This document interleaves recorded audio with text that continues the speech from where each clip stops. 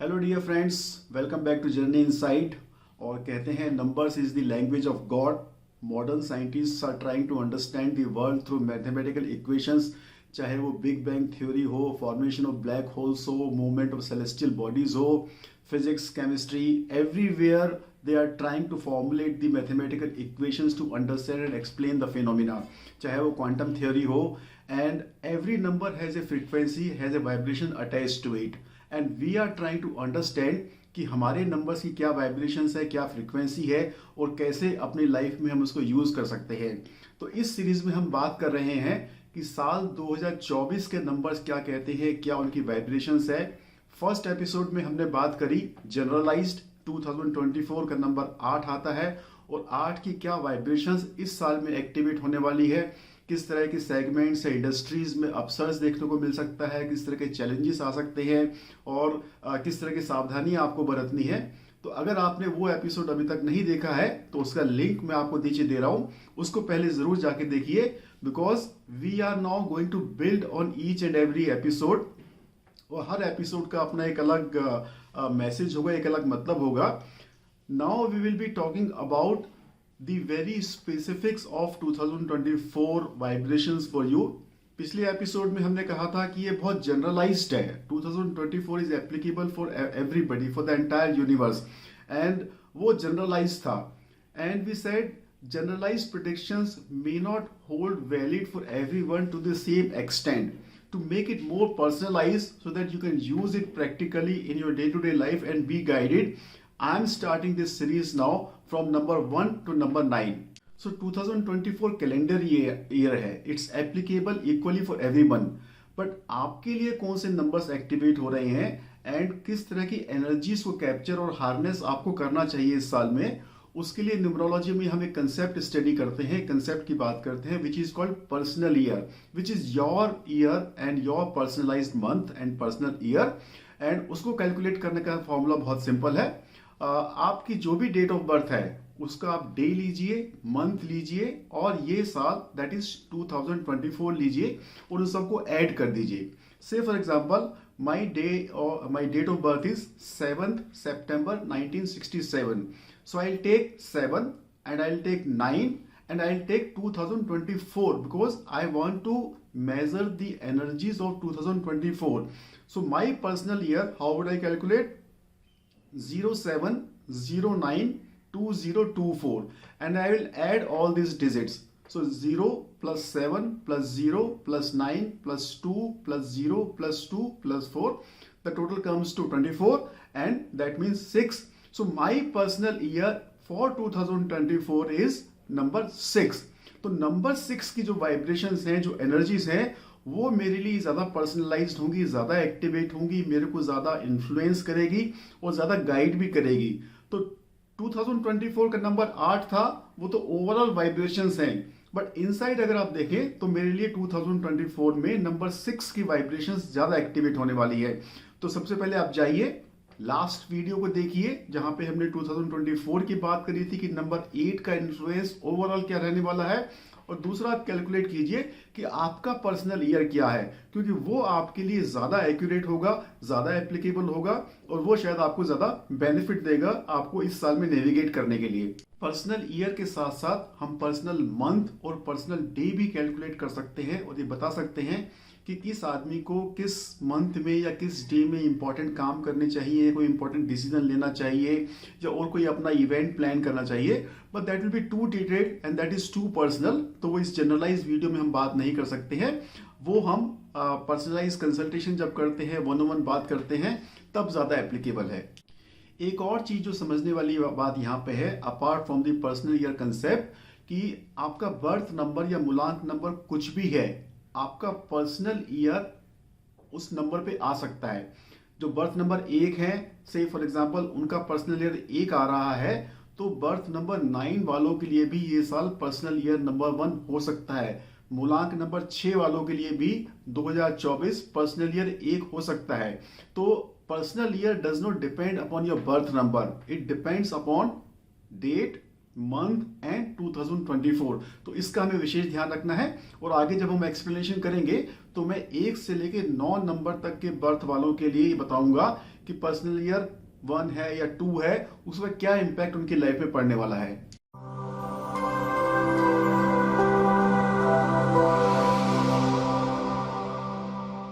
Hello dear friends, मैं राजीव, आपका personal consultant, और मैं आपकी हेल्प करता हूं आपके लाइफ के पर्सनल चैलेंजेस को सॉल्व करने में।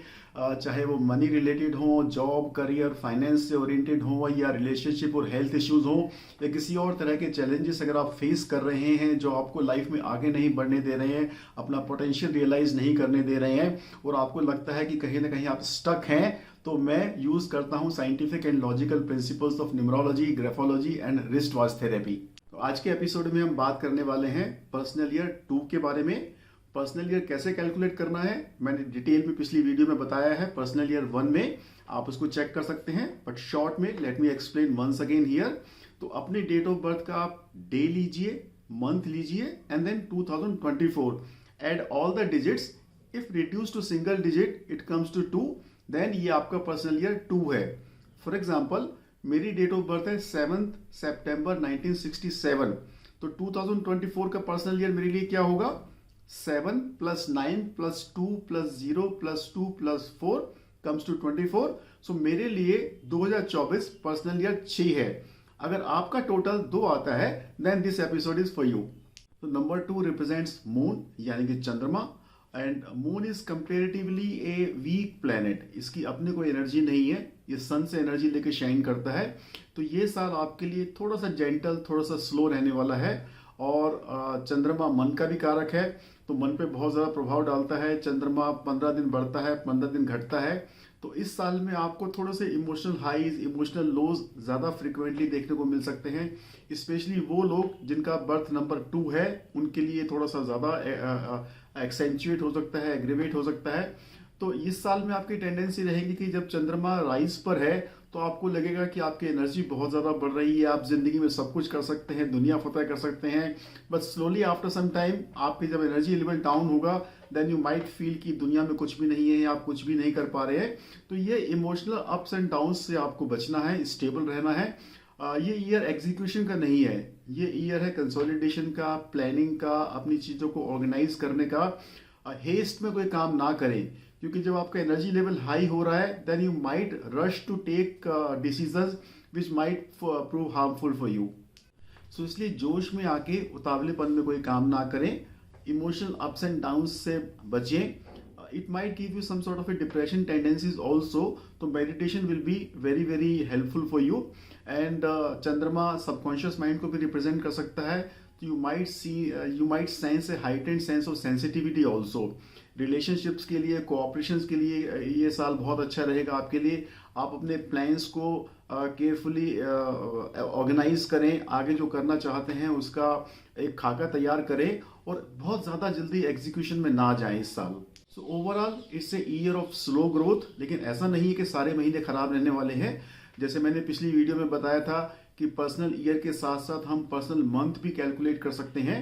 अब यहाँ पे जनरलाइज वीडियो में कौन से मंथ आपके पर्सनल मंथ में 1, 2, 3 पे आएंगे वो मैं नहीं बता सकता हूँ, लेकिन ओवरऑल ईयर में भी ऐसे कुछ मंथ्स होते हैं जहाँ पे आप इंपॉर्टेंट डिसीजंस ले सकते हैं, इंपॉर्टेंट काम कर सकते हैं, या आपको कुछ एग्जीक्यूट करना ही है। से फॉर एग्जांपल, अगर आपका पर्सनल मंथ 1 आ रहा है या 3 आ रहा है, उस समय आप वो मंथ्स में अपने प्लान्स को एग्जीक्यूट भी कर सकते हैं। But that is the subject matter of one on one relationship, क्योंकि वो डिपेंड करेगा आपकी डेट ऑफ बर्थ में। बट ओवरऑल आपको थोड़ा सा केयरफुल रहने की जरूरत है इस साल, क्योंकि चंद्रमा मन को भी रिप्रेजेंट करता है। तो इस साल आप कोई नई स्किल सीख सकते हैं, कुछ नया ऐसा सीख सकते हैं जो आप सीखना चाहते हैं, या अपनी स्किल्स को शार्पन कर सकते हैं।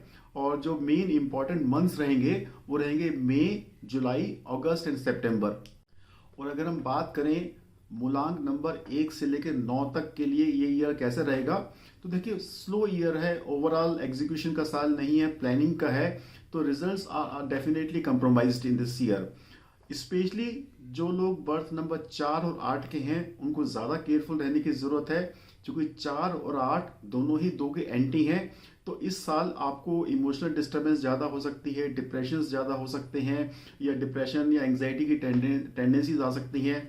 क्योंकि एंटी ईयर है, तो ये आपको काम को और ज़्यादा डिले कर सकता है। कुछ एक्सीडेंट्स, कुछ हॉस्पिटलाइजेशन, या इस तरह की प्रॉब्लम्स, कुछ इंजरीज आपके लिए लाइफ में क्रिएट कर सकता है।